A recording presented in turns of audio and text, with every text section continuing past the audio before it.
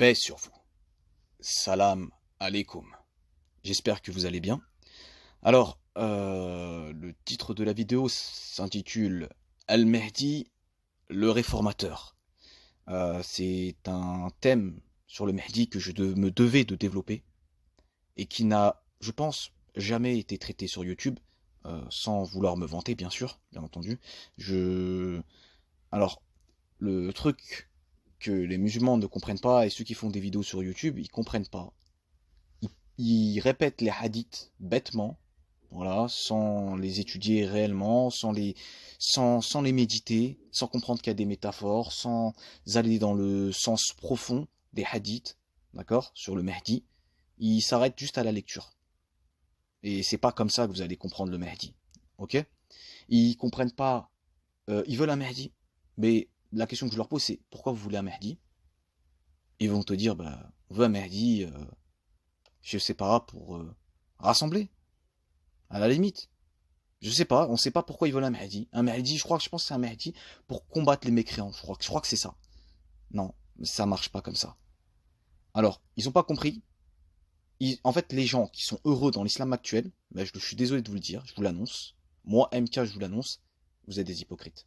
On peut pas être content dans l'islam d'aujourd'hui. L'islam d'aujourd'hui, le niveau, il est tellement bas, il est misérable, le niveau. On est calomnié, humilié, moqué dans les médias, bah, à cause de nos mauvais comportements, à cause de nos fausses pratiques de l'islam qui décrédibilisent l'islam. L'islam est incompris. Et c'est pour ça que le prophète Mohammed, il a parlé d'un Mahdi et d'un âge d'or, d'un retour à l'âge d'or, d'accord, voire mieux encore que l'époque du prophète Mohammed. Oui, c'est possible, avec le Mahdi, qui est le vicaire de Dieu, ok? Donc, alors, je vous fais comprendre juste que il y a des problèmes avec l'islam, il y a eu des traîtres, il y a eu des hypocrites, il y a des faux savants, il y a eu des faux savants, des gens qui se sont battus pour le pouvoir. Parce que pour comprendre mes vidéos, il faut avoir un certain bagage. Si tu n'as pas étudié, tu peux pas comprendre. C'est pour ça que j'essaye de vous donner le plus d'éléments possible. Je me prétends pas savant, je me prétends personne. D'accord? Il n'y a pas de savant. Et il n'y a de savant que Dieu. Mais seuls les humbles et les sages sont enclins à le reconnaître. Toute personne qui dira le contraire n'est ni humble ni sage. Il n'y a que Dieu qui sait. Je te parle, c'est de l'humilité. Tu ne sais pas c'est quoi l'humilité, tant pis pour toi. D'accord? Quelqu'un qui a de l'humilité, il va dire « Je ne sais rien, seul mon Seigneur sait. Je ne sais que ce que tu veux nous apprendre. » Comme les anges ont dit dans le Coran « Gloire à toi Seigneur, nous n'avons de savoir que ce que tu nous as appris. » Que sommes-nous à côté des anges, là, nous, sur terre? On n'est rien du tout. On n'a pas le savoir que les anges ils ont. Eux, ils sont proches de Dieu. Ils ont la lumière de Dieu. Ils ont Dieu près d'eux. Ils voient pas Dieu, mais ils sont près de Dieu. D'accord? Ils communiquent avec lui, directement, voilà, alors, sans voile. C'est-à-dire que nous, Dieu communique avec nous, mais avec des signes. Là, c'est pas pareil. D'accord? Eux, ils entendent Dieu. D'accord? C'est-à-dire quand ils entendent Dieu, c'est-à-dire c'est une voix que Dieu crée, etc. D'après ce que les gens qui ont travaillé cette question-là, les savants, etc. Voilà. Je dis pas qu'il n'y a pas des gens qui savent des choses. D'accord? Je dis pas qu'il n'y a pas des gens. Voilà. Je pousse tout le monde à étudier. Justement, je veux que tout le monde étudie et réfléchisse. Mais n'idolâtrez pas des gens. Seul Dieu a la vérité. Seul Dieu a la vérité. Ce que les savants ils font, c'est des efforts d'interprétation. Mais ils n'ont pas à forcer avec leur avis. Ils n'ont pas à dire c'est le consensus, tu dois le faire. Non. La personne est libre de le faire ou pas. Parce que ce que vous dites, même si vous êtes 50 à dire la même chose, ça ne veut pas dire que vous avez la vérité. Les prophètes, les gens véridiques, ils étaient seuls. Les prophètes étaient tout seuls. Ils disaient il y a un seul Dieu. Pourtant, leur peuple, ils étaient 1000, 2000, 3000, 5000. Et ils disaient tous tu es un menteur. Nous, on est la majorité. Nous, on dit qu'il y a plusieurs dieux. Bah, qui avait raison? Bah, les prophètes, ils étaient tout seuls. Le petit groupe, Dieu te dit ne suis pas la majorité. Et t'égara du chemin de Dieu. D'accord? La vérité n'est pas avec la majorité. D'accord? Et si tu regardes bien le sunnisme est majoritaire en islam. Et j'ai fait mon investigation, je le dis. Pour moi, ceux qui sont plus proches du Coran, entre les sunnites et les chiites, c'est les chiites. Qui se prétendent à Ahlul-Bayt, oui, je le dis. Certes, ils font certaines erreurs, comme tout le monde, ne sont pas parfaits. Mais ceux qui regardez, qui se rapprochent le plus du Coran, c'est les chiites. Les sunnites, eux, ils suivent la sunna. Et donc, quand il y a un hadith qui contredit le Coran, ils vont suivre le hadith. Je prends l'exemple hein, juste par exemple pour la prière. Dans le Coran, Dieu te dit, il y a un verset coranique. C'est la loi de Dieu, le Coran. Tu ne peux pas la contredire. Un hadith qui contredit le Coran, c'est poubelle. Le Coran, il te dit, prie dans ta prière. Ni trop haut, avec une voix ni trop haute, ni trop basse, au juste milieu, d'accord? Et t'as les sunnites qui disent oui, voilà, mais non, genre, t'as tous les sunnites, ils prient à voix basse pendant leur prière, du has, du dôle, etc. Ok? Ça contredit le Coran.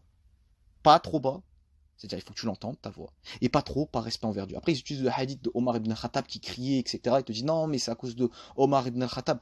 Donc ce hadith, il contredit clairement le Coran, puisque le Coran, il te dit ni trop bas, ni trop haut. Donc chuchoter, c'est mort, c'est pas bon, parce que t'entends pas, tu n'entends même pas ta prière. Dans les mosquées, tu rentres au dos les rassures, on n'entend rien. On n'entend rien.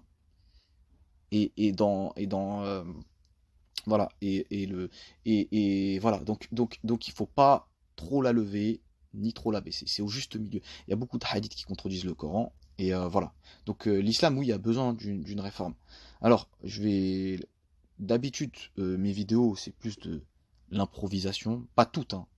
Euh, je vais dire, on va dire que je déballe mes arguments, mes idées sur le sujet. Là, j'ai écrit un petit peu quelques-uns de mes principaux arguments sur une feuille. Donc voilà, je vais commencer à vous les lire. Alors, pourquoi besoin d'une réforme? Alors, je vais vous expliquer étape par étape. On va aller comment on va dire, il y a une histoire dans l'islam, donc on va aller des moments les plus anciens aux moments les plus récents, d'accord? Alors, le prophète il a dit, je ne donnerai pas tous les hadiths, hein, tu sais, les soudains, il te dit, ouais, les sources, faites vos recherches, d'accord? Parce que moi, je suis fatigué si je dois à chaque fois réciter un hadith et le mettre dans le truc, je parle de, voilà, je vous donne des fois 40, 50 hadiths, c'est très, très fatigant, très épuisant. Puis, voilà, moi, j'ai des problèmes personnels, je donne les hadiths, faut faire vos recherches, et je dis pas que j'ai raison à 100%. Moi, c'est des hadiths que j'ai en tête, tu vois, que j'ai dans ma tête. Parfois, je peux me tromper dans la retranscription du hadith. Des fois, il y a des petites erreurs. Je dis pas que je suis parfait, même le verset coranique que je récite, c'est pas parfait, tu vois. Voilà. Donc, veuillez m'excuser si parfois il y a des petites erreurs. Tu vois, je ne suis pas un être parfait, mais au moins, j'ai le mérite d'être quelqu'un qui fait des recherches, qui pousse les gens à méditer et à réfléchir. Tu ne peux pas me jeter la pierre, d'accord? Voilà, c'est tout. Et aujourd'hui, les comportements sont horribles. Voilà. Bon, on va arrêter pour cette parenthèse-là. De toute façon, on développera pardon, ce sujet tout à l'heure, Inch'Allah. Donc, alors, le prophète Mohammed a dit, si après ma mort, vous vous entretuez, vous vous divisez, vous m'aurez renié. En fait, Mohammed te dit que si après sa mort, les musulmans s'entretuent, se divisent, c'est comme s'il l'avait renié. N'est-ce pas ce qui s'est passé? Dès qu'il est mort, les musulmans se sont battus pour le califat. D'accord? L'histoire avec Abu Bakr, l'histoire avec Omar. On a des hadiths, tu vois. C'est dans Bukhari, etc. Les chiites, même les chiites, ils attaquent justement les sunnites sur ces pics-là. Ils leur mettent des chaos, d'accord? Dans leur propre livre, il y a ces hadiths-là, d'accord? Je suis pas en train de faire une opposition entre chiites et sunnites, d'accord? Et mon but, c'est de réconcilier. Voilà, ils se sont battus pour le califat. Ok, il y a eu des morts. Je développerai ça un peu après. Et ils se sont divisés. Chiites, sunnites. Et dans le chiisme et dans le sunnite, il y a des sectes. Dans le sunnisme, t'as le soufisme, t'as le salafisme, etc. Et par exemple, les salafistes, eux, ils ont tendance à se moquer des soufistes, par exemple. Hier, j'avais vu une vidéo où on voyait des soufistes, ils dansaient dans leur mosquée, etc. Je trouve que c'est très bien, tu vois. La danse, pour moi, c'est c'est une élévation de l'âme. C'est comment on va dire, la célébration de la vie, d'accord? Quand par exemple, il y avait plein de gens, je les vois, ils reçoivent une bonne nouvelle, tu vois, ils dansent, ils sont contents. Voilà, c'est ton corps, il réagit comme ça. Et la danse, ça permet d'exprimer des émotions, c'est quelque chose de très bien, de très beau, ok? Ils ont tout rendu haram. Les musulmans, les savants, les faux savants, ils ont rendu tout haram. Le prophète Mohammed a dit, les extrémistes seront envoyés en enfer. Il a maudit les extrémistes, d'accord? Tu peux pas rendre tout haram. Tu veux rendre haram? Ok. Tu prends le livre, le Coran et tu lis. Tu me ramènes la preuve claire. Si t'as pas de preuve claire, c'est pas haram. Le Coran, il le dit pas. Tu viens avec des faux hadiths ou des mauvaises compréhensions. Non, c'est faux. D'accord? Mais bon, le sujet, c'est pas la danse, mais c'est pour dire qu'il rend tout haram. Tout est interdit. C'est une technique du diable. Rendre tout interdit afin de dégoûter les musulmans de l'islam. Et combien de personnes sont entrées dans le salafisme? Ils ont fait toutes les obligations, ils n'arrivaient plus à respirer. Le niqab, tout ce que tu veux. Musique, haram. Danse, haram. Tout. Ils te rendent tout haram. Parler à un homme, haram. Tout haram. Mais il n'y a pas d'aide. Hein. il n'y a pas d'aide. Tu n'as pas le droit de parler à un homme, mais on ne va pas te présenter à un homme. Ou tu n'as pas le droit de parler à une femme, mais on ne va pas te présenter une femme. Tu vois, c'est ça qui est marrant, tu vois. Tu es là, tu es tout seul, tu attends. Comment tu veux rencontrer une femme? T'as pas le droit de parler à une femme, t'as pas le droit de regarder une femme. Je sais pas, j'ai l'impression que je suis en l'an 600. En l'an 600, t'es dans un village. T'es dans un village. Et Inch'Allah, je ferai une vidéo aussi sur le mariage. euh, pour trouver des solutions, etc. Pousser les musulmans à se marier, pas forniquer, d'accord? Il y aura aussi une vidéo sur la fornication, parce que moi je fais pas que des thèmes sur le Mahdi, je vous le dis tout de suite. Euh, vous pouvez aller voir sur ma chaîne, il n'y a pas que des vidéos sur le Mahdi. Donc voilà, t'es là, on n'est pas en l'an 600 où tout le monde se connaît, où t'as le cousin, il te présente à son autre cousin, sa sœur, l'autre il présente à son ami, etc. dans le village où tout le monde se connaît. Non, on est dans des villes où il y a 40 000 personnes, 50 000, 100 000, 1 million. Il y a des gens de toute nationalité, de toute religion, on se connaît pas, d'accord? Aujourd'hui, les gens ils se draguent sur les réseaux sociaux, sur voilà, et après ça les mène à la fornication parce que justement, personne présente personne. Donc personne présente personne. Et en plus, on n'a pas le droit de se regarder ni mais ça n'a aucun sens. Vous n'avez pas compris le Coran. Et le Mahdi viendra réformer tout ça. Il va rendre l'islam facile. Je ne vais pas développer tous les points parce que sinon la vidéo elle va faire 2 h 30, tu vois. Voilà, mais je vous donne les points essentiels, d'accord? Donc, on s'est divisé en plusieurs sectes. Et les sectes, ils s'enorgueillissent, surtout le salafisme, le wahhabisme, voilà, c'est les pires. Ils se moquent de tout le monde. Ils disent, nous, on est les 73e secte, nous, on est la seule secte sauvée. Vive l'humilité. Vive l'humilité. Le simple fait qu'ils se vantent fait que c'est pas eux. Et tout le monde le voit de toute façon. Tout le monde le voit. Ils sont hyper durs, comportement méchant, ils se moquent des autres. Tout le monde le voit, tout le monde le voit, d'accord? Le problème, c'est le wahhabisme, le salafisme déguisé. Il s'est infiltré dans le sunnisme. euh, et les musulmans, en fait, ils sont salafistes sans le savoir. Même ceux qui sont sunnites, ils ne le savent pas, parce qu'ils suivent la plupart des doctrines des salafistes wahhabites. C'est les Européens qui ont amené cet islam en Arabie Saoudite, qui l'Arabie Saoudite l'a, on va dire, euh, ensuite, on va dire, répandu dans les autres pays arabes, etc., jusqu'à que ça arrive en France. D'accord? Voilà. Et comme l'Arabie Saoudite c'est une autorité, ben, les gens ils suivent l'Arabie Saoudite. Parce que c'est là le pays où l'islam est apparu. Je veux dire, l'islam. L'islam n'est pas apparu en Arabie Saoudite. L'islam c'est une religion depuis Adam. Mais peu s'en souviennent. Peu s'en souviennent parce qu'on garde les termes en arabe. J'ai oublié de dire. L'islam est arabisé. Avec le Mahdi, l'islam sera universel. Tout le monde, je le jure par Allah, tout le monde priera dans sa langue. Vous verrez. Parce que Dieu, c'est pas un Dieu arabe. C'est de la logique. Dieu n'est pas un Dieu arabe. Tout le monde priera dans la langue de son peuple. Tout le monde comprendra sa religion, etc. Ce ne sera pas obligatoire. Vous pourrez continuer à prier dans le livre en arabe, il n'y a pas de souci. Mais tout le monde, je le dis, comprendra sa religion. Les gens, ils prieront dans leur langue, ils comprendront. Comme le discours, hein, regardez, hein, le discours là, du vendredi. Avant, il se faisait qu'en arabe. Pourquoi? On ne sait pas pourquoi. Parce qu'ils vont te dire, oui, c'est la sunna du prophète. Quelle sunna? Le prophète, c'était un arabe, il parlait que l'arabe. C'est tout. Il n'a jamais interdit de ne pas faire un discours le vendredi dans une autre langue. On a attendu 1979 ou 1980, une fatwa du Conseil européen qui a dit, c'est bon, vous pouvez faire le discours dans une autre langue que l'arabe. 6 mois en France, moi qui ne suis pas arabophone, je n'aurais pas été dans des mosquées où le discours serait pas en français, je ne serais pas là. Je serais pas là à vous parler. J'aurais pas toutes ces connaissances que j'ai. D'accord? Parce que j'entendrais que arabe, j'aurais pas écouté, j'aurais dit attends, je comprends rien, je serais rentré chez moi. Tu vois? Quand justement quand on passe de l'arabe à une langue, la langue de son peuple, eh ben regardez l'effet positif que ça a. Ça m'a rapproché de Dieu, j'ai appris des choses. Alors que si c'était qu'en arabe, ben, j'aurais dit bah laisse tomber, je comprends rien, je serais rentré chez moi. D'accord? Et ben c'est pareil avec la prière. La prière, c'est une prière. Tu dois comprendre ce que tu dis pour devenir meilleur. C'est ça le but de la prière. Ok? Dieu te dit dans le Coran, sourate 14, verset 4, et nous n'avons envoyé de messagers qu'avec la langue de son peuple, afin de les éclairer. Soit 12, verset 2. Nous l'avons fait descendre, un Coran en arabe, afin que vous raisonniez, afin que vous compreniez. Le but c'est de comprendre. Sourate 43, verset 3. Nous en avons fait un Coran en arabe, afin que vous raisonniez. Sourate 41, verset 44. Et si nous avons fait de ce Coran, et si nous avons fait ce Coran en une autre langue que l'arabe, ils auraient dit, Pourquoi ces versets n'ont-ils pas été exposés clairement? Quoi? Un Coran non arabe? Et un messager arabe? Tu vois? Le Coran est descendu en arabe pour que les Arabes puissent comprendre la révélation. S'il était descendu dans une autre langue, les Arabes se seraient plaints. Et ils auraient dit, mais comment ça?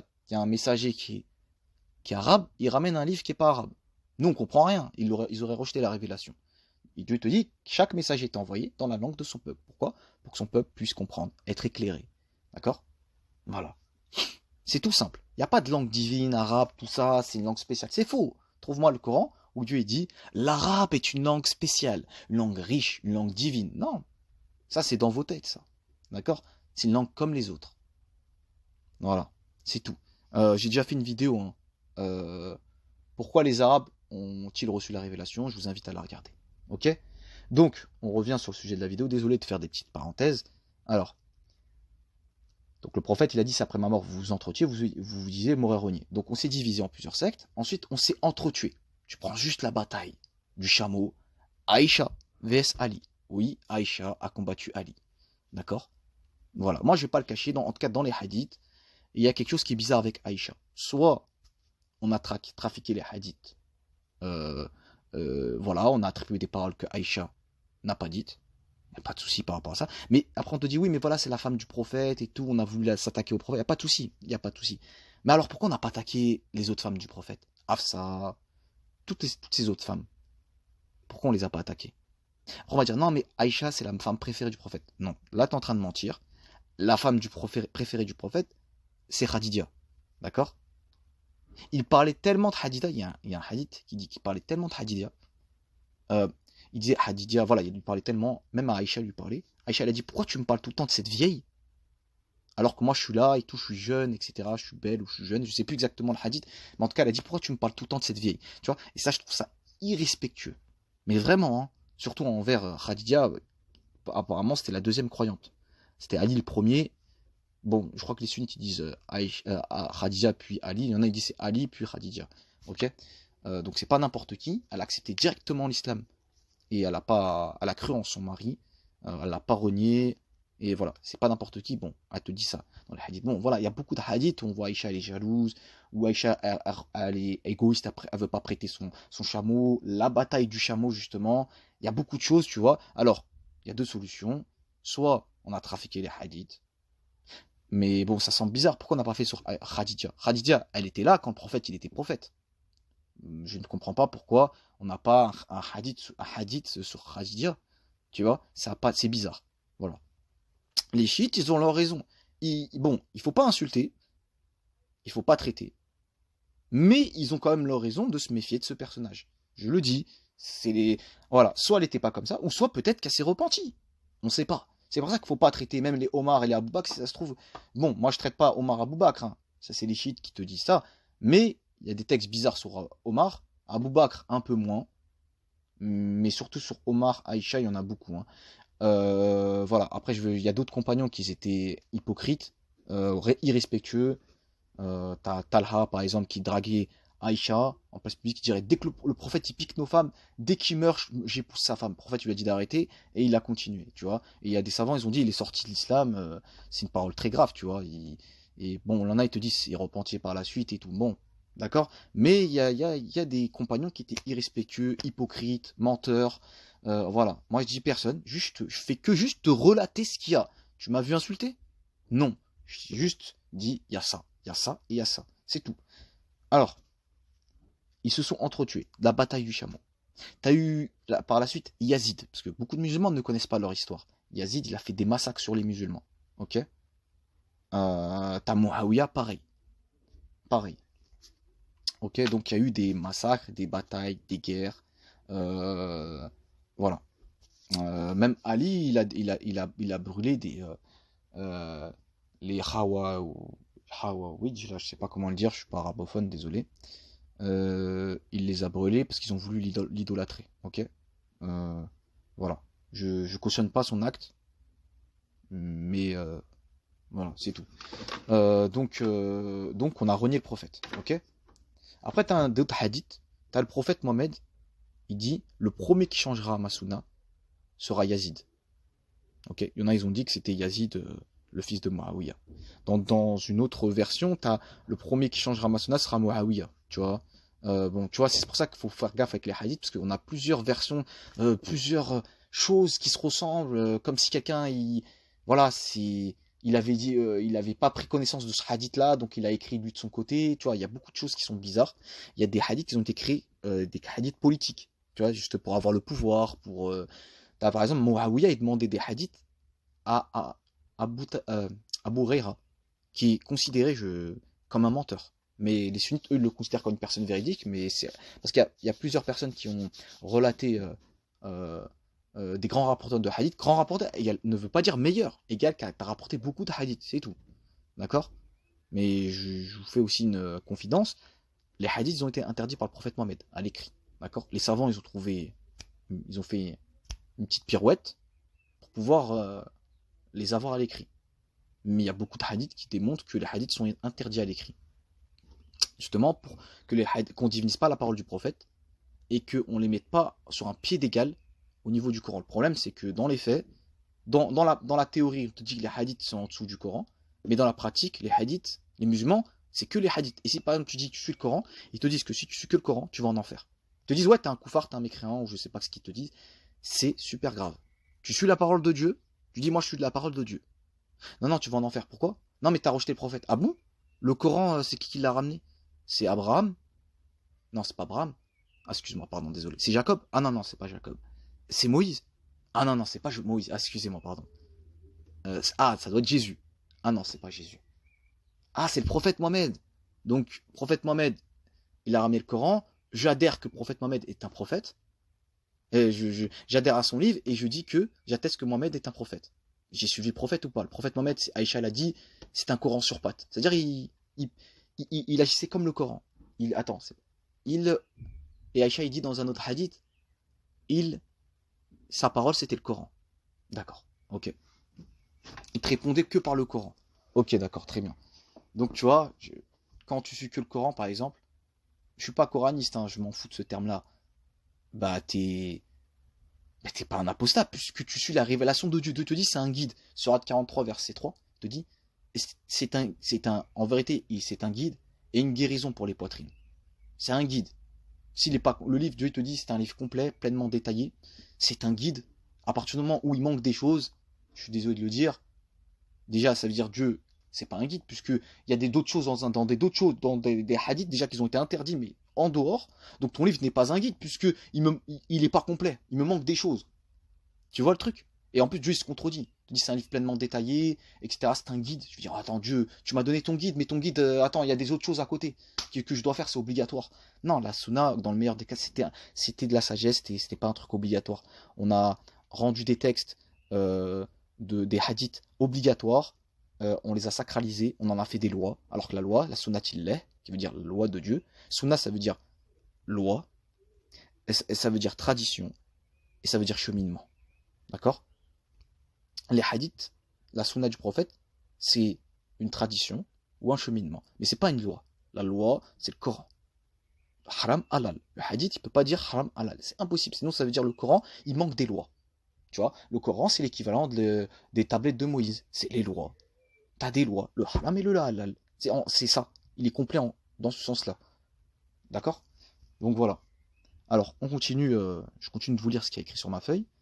Alors, le prophète, il avait aussi une liste d'hypocrites. D'après certains hadiths, etc. Tu as même des compagnons qui étaient masqués une fois. Ils étaient sur une falaise. Ils ont essayé de le pousser, tu vois. Ils ont caché leur visage, ils ont essayé de le tuer, etc. Et le prophète, il avait sa liste d'hypocrites, mais il n'a pas voulu la divulguer en public. D'accord? Dans le Coran, Dieu te dit, il dit au prophète Mohammed, si nous avions voulu, tu aurais pu reconnaître les hypocrites au son de leur voix et à leur visage. Le prophète, il ne connaissait pas les hypocrites. Mais de lui-même, il ne les connaissait pas. Mais après, un moment dans l'histoire, il paraît qu'il a reçu une révélation, une inspiration, une révélation, pour connaître les noms des hypocrites. Mais il les a pas. Il peut être faux le hadith. Hein. Mais en tout cas, il y avait des hypocrites, c'est clair et net. Ok? Les hypocrites feront tout pour détruire l'islam. Donc il y avait des traîtres. Donc je vais aussi parler qu'il y avait aussi des compagnons très proches. Certains, ils ont des doutes. Aïcha, Omar, Abou Bakr, tout ça. Je fais pas l'apologie. Je dis juste, il y a des textes. Ça vient pas de nulle part. Parce qu'il y en a, ils croient que les chiites, par exemple, C'est des haineux. Genre, ils sont en mode, on n'aime pas Omar, on n'aime pas Abou Bakr, on n'aime pas Aïcha. Ouais, on les aime pas. Mais c'est pas ça. C'est parce qu'ils ont des textes. En plus, le pire, c'est que ces textes, ils sont dans Bukhari. Ils ont leurs textes à eux et ils ont les textes dans Bukhari. D'accord? Voilà. Je dis pas c'est des hypocrites. Moi, je dis juste qu'il y a des textes. C'est à élucider. Voilà. Faut pas idolâtrer. C'est que des hommes et des femmes. Aïcha, elle a fait la bataille du chameau. Il y a eu des milliers de morts. Elle-même, elle a pleuré. Elle a dit, ouais, j'ai commis des graves erreurs. D'accord? Voilà. Euh, alors, ensuite. Le Mahdi, comme j'ai dit, c'est un réformateur. Il y a des choses qu'on fait actuellement qui sont complètement fausses, qu'on a rajoutées dans la prière. T'en as, ils te disent, il y a 5 salades dans les hadiths. Mais ça vient des hadiths. Tu sais, il y a des hadiths sans queue ni tête. Je vais pas développer sur ça, comme je l'ai dit, la vidéo elle va durer 2 heures. Mais les 5 prières, ça semble bizarre. La plupart des gens, ils font travail toute la journée, ils reviennent à 22 heures. Des fois, il y en a 21 heures, ils se lèvent à 5 heures du mat. Des fois, même avant la prière, ils ont 5 prières à faire. Il y en a, des fois, c'est 4. Toute la journée, ils peuvent pas faire leur prière. Ok, parce qu'on facilite pas la prière. C'est-à-dire que par exemple, les gens, tu leur dis voilà, moi je vais faire ma prière assis. Parce que je peux pas la faire devant les gens debout et tout. Même avec mes yeux. C'est largement possible. Ouais. T'es en contrainte. Dieu te dit dans le Coran, si vous craignez pour votre vie, etc., si vous craignez, faites votre prière en marchant, debout, en marchant, je veux dire debout, en marchant sur votre chameau, sur votre monture. Là, par exemple, tu as ton travail. Tu crains, toi aussi tu crains de te faire virer. Tu te fais virer, ça peut avoir une incidence sur ta vie personnelle. Ta vie personnelle, c'est-à-dire que tu vas pas gagner d'argent.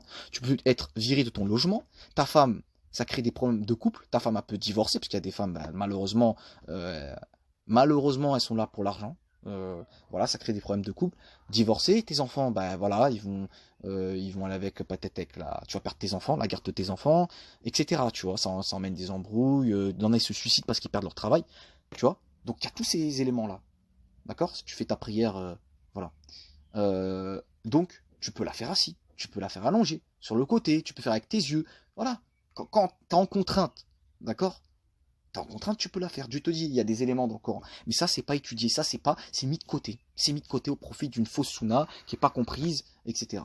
Ou des fausses interprétations du Coran. Ça, c'est mis de côté. Voilà.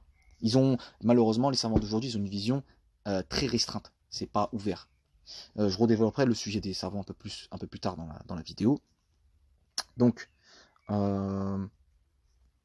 alors, tu as Anas ibn Malik, qu'est-ce qu'il dit à propos de la prière? Alors, il y a eu des grands rapporteurs, hein, je ne les connais pas tous, mais tu avais Abu Huraira. Quand je parle de grands rapporteurs, c'est-à-dire ceux qui ont rapporté le plus de hadiths, ça ne veut pas dire qu'ils sont considérés comme véridiques. Par exemple, Abu Huraira, je t'ai dit, il est considéré comme un menteur. Il a rapporté seulement 6,25% de hadiths sahih. Aïcha, elle n'aimait pas Abu Huraira. Et elle disait, Aïcha, c'est pas moi qui le dis, qu'il était un menteur. T'as d'autres savants qui ont dit que Abu Huraira était un menteur, comme l'imam Jafar. Je ne l'ai pas lu, mais on me l'a raconté, d'accord? Il faut vérifier. L'imam Jafar a dit que Abu Huraira était considéré comme un menteur. Après, je crois aussi qu'il avait, je suis pas sûr pour Aïcha, mais je crois qu'il avait dit pour Aïcha. Allahu A'lam, on m'a raconté ça, donc j'ai pas été vérifié, tu vois. Mais faut vérifier. Parce que je le dis, hein, sur les hadiths sur Aïcha, il y a beaucoup de hadiths très très suspects. Je le dis tout de suite. Donc il a dit Aïcha, je crois, et il a dit sur Abu Huraira. Dieu seul sait. Abu Huraira, il te dit, peu de gens le savent. Hein. Alors je vais vous raconter un hadith où il y a une embrouille entre Aïcha et Abu Huraira. Alors Abu Huraira, il dit, quand la prière, quand tu fais ta prière, s'il y a une femme ou un chien noir qui passe, ta prière elle est cassée. Tu vois, regarde des chiens noirs. Le chien noir, on sait, c'est une superstition. Chien noir qui passe devant toi. Comme si la prière, il y avait un fil, tu vois. Allah, c'est une statue qui est devant toi. Alors que la prière, c'est immatériel, Dieu, il est aux cieux. C'est-à-dire au cieux, il est même pas dans un endroit. La prière, elle est immatérielle, c'est des paroles de ton cœur. D'accord? Lui, il te dit, il y a un chien qui passe, il a un pouvoir, une puissance, il y a un fil, il y a une femme qui passe. Genre, tu vas regarder, tu vas avoir une érection. Je sais pas, du n'importe quoi, tu vois. Regardez ce qu'elle a dit à Aïcha. Elle a entendu, elle a dit, qu'est-ce que tu dis? Dès qu'il a parlé pour chien, elle a rien dit, parce que peut-être elle a pas la science par rapport à ça. Mais elle a entendu femme, tu vois, parce que c'est, voilà. Elle était féministe, Aïcha, hein, attention. Hein. C'est-à-dire, bon, elle défend l'honneur des femmes. Mais, voilà, bon. Pour moi, il faut intervenir dès que t'entends chien noir, tout ça, c'est de la bêtise, tout ça. C'est des superstitions.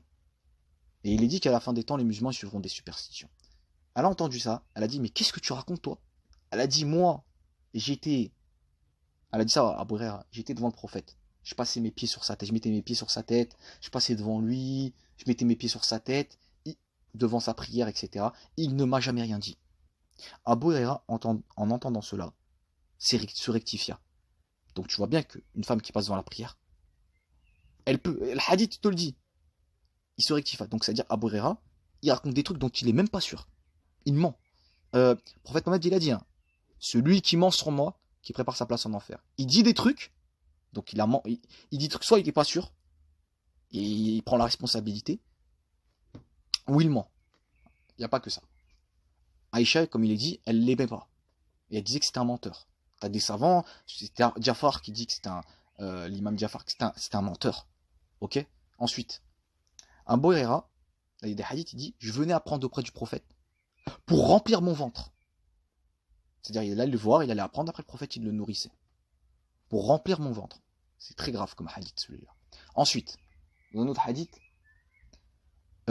Muawiyah, il le payait. Il dit, si pour qu'il rapporte des hadiths, Muawiyah, il disait, si Muawiyah me paye, je lui dis la vérité.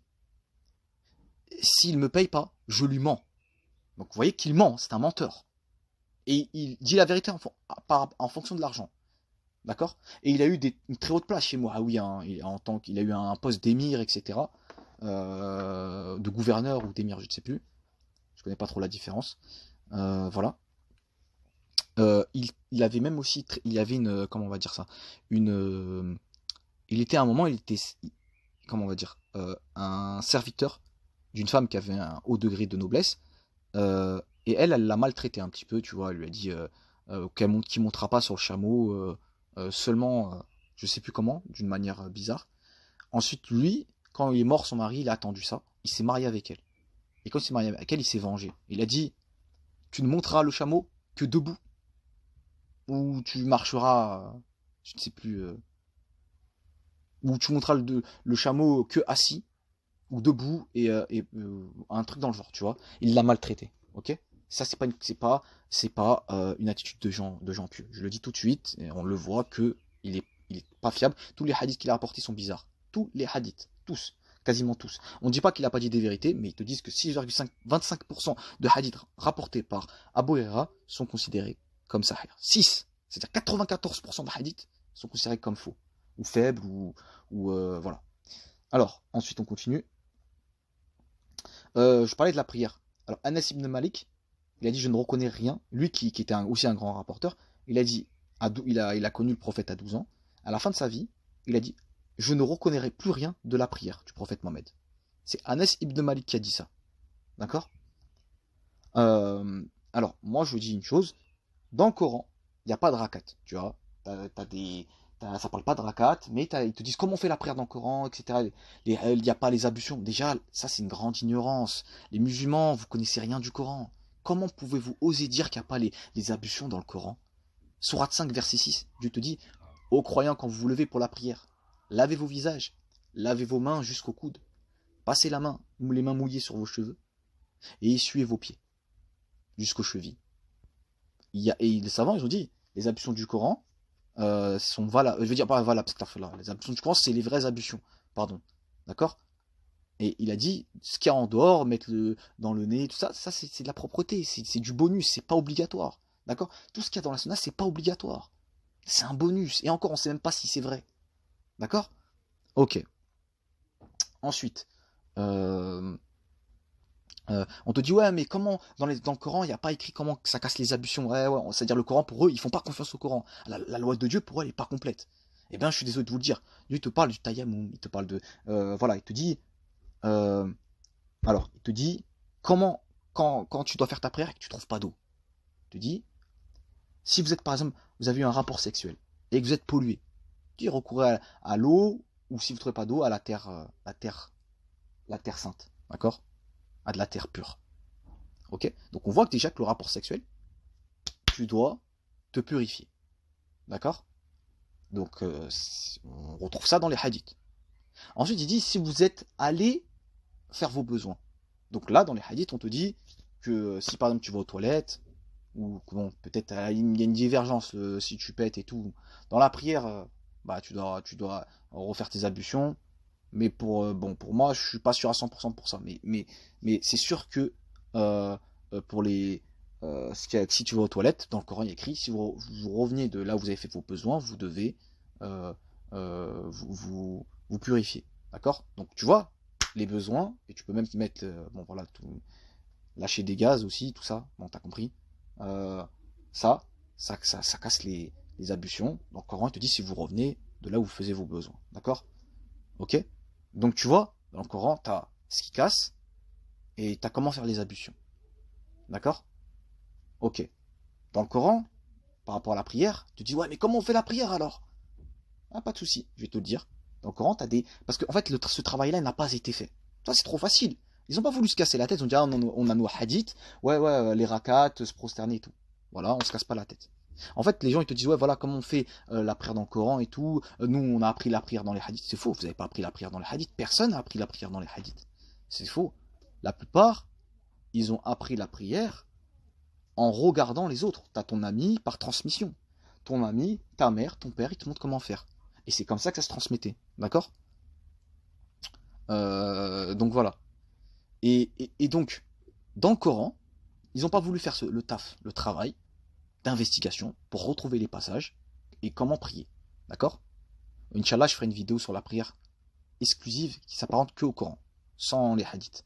Donc Dieu il te dit ceux qui se prosternent. Donc tu vois, tu as le recours, la prosternation. Dieu te dit incline-toi avec ceux qui s'inclinent. Donc tu as ah pardon, je me suis trompé. Ceux qui se prosternent, c'est le soujud. Excusez-moi. Donc tu as le soujud, la prosternation. Il te dit incline-toi avec ceux qui s'inclinent. Donc tu as le recours, l'inclinaison. Et Dieu il te dit ceux qui se tiennent debout la nuit et qui récitent. Les versets, des fois, je peux me tromper, attention. Hein, je les connais pas tous par cœur.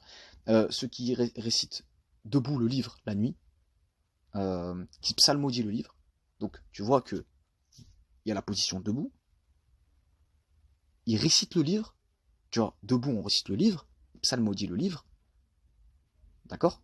Donc tu as ces deux éléments. La station debout, la prosternation, et tu as aussi l'inclinaison. Et réciter le livre. Ceux qui récitent le livre. Dieu te dit dans un autre verset, et tenez-vous devant Dieu lorsque vous priez avec humilité. Debout devant Dieu avec humilité. Donc tu dois te tenir avec humilité. Il y a une notion d'humilité dans la prière. Tenir avec humilité. Le fait de se tenir, tu vois, etc. Tenir debout. Qu'est-ce que tu as encore d'autre? Les tashahhud, tout ça, c'est un bonus. En plus, même dans le Coran, Dieu te dit prier sur le prophète Mohammed. Donc, à la limite, même ça, tu peux l'apparenter à ton tashahhud. Tu vois? Prier sur le prophète Mohammed. Il n'y a pas de souci. Tu vois bien qu'il y a ce passage-là que tu peux rajouter dans ta prière. Bien que pour moi, je suis pas totalement d'accord avec ça, mais ça sera l'objet d'une autre vidéo. Donc, tu vois bien qu'il y a pas mal d'éléments qui montrent comment prier. Le reste, c'est du bonus. C'est comme quand il te dit mets de l'eau dans ton nez, essuie tes oreilles, tout ça. Ça, c'est un bonus, c'est de la propreté. Dieu te dit dans le Coran, mon messager vous a enseigné le livre, c'est-à-dire il vous a récité le livre, etc. Il vous a donné les versets. Il vous a appris comment vous purifier, la sagesse. Tu vois, c'est des éléments bonus. C'est tout, c'est pas obligatoire. Ok? Et on n'est pas sûr que ça vienne du messager. Comme je t'ai dit, ça vient de gens, il y avait des hypocrites, etc. Mais ce que tu dois être sûr, c'est le Coran, la véracité du Coran. Ok? Donc il y a des éléments dans la prière, tu as aussi d'autres éléments, comme on va dire ouais, comment on prie? Bah dans le Coran, il te dit tu pries les deux prières des deux extrémités de la journée, la prière al-wasta, après tu as des prières surérogatoires, la prière de la nuit, voilà, t'as la prière du vendredi, donc voilà, c'est juste qu'il n'y a pas eu de travail dessus. Et on te dit il n'y a pas. Mais c'est faux, il y a dans le Coran. T'as les horaires, t'as comment les ablutions ils sont cassées. C'est un livre complètement détaillé. T'as tout ce qu'il te faut en matière de religion. D'accord? Le livre, il vient de qui? Il vient de Dieu. Rappelez-vous-en, arrêtez de le rabaisser. C'est les savants, ils ont rabaissé parce qu'ils veulent mettre la sunna en avant. Parce que dans la sunna est trafiquée, il leur permet de se mettre en avant. Il y a des hadiths comme si votre gouverneur est injuste, laissez-le au pouvoir. Alors que t'as Omar ibn al-Khattab, il te dit, et Abou Bakr, si moi je fous le bordel, vous me prenez, vous me jetez, vous me sortez du pouvoir. Donc cette parole-là a contredit ce faux hadith. Vous le voyez. Bon, voilà, on va passer à autre chose maintenant. Donc, comme j'ai dit, Anas ibn Malik, il dit, je ne reconnais rien de la prière. D'accord? Ok. Lui qui a été un grand rapporteur. La prière du prophète. Alors, comme j'ai dit, le Mahdi, il aura sa propre prière. D'accord? Il aura sa propre prière. Il y a des hadiths, mais je ne vais pas tous les citer. Il y en a quelques-uns que je ne citerai pas. Je préfère les garder pour moi. Mais tu en as un qui te dit, les musulmans le suivront dans sa prière. Tu vois? Parce qu'il y a des... Comment on va dire? Comment expliquer ça?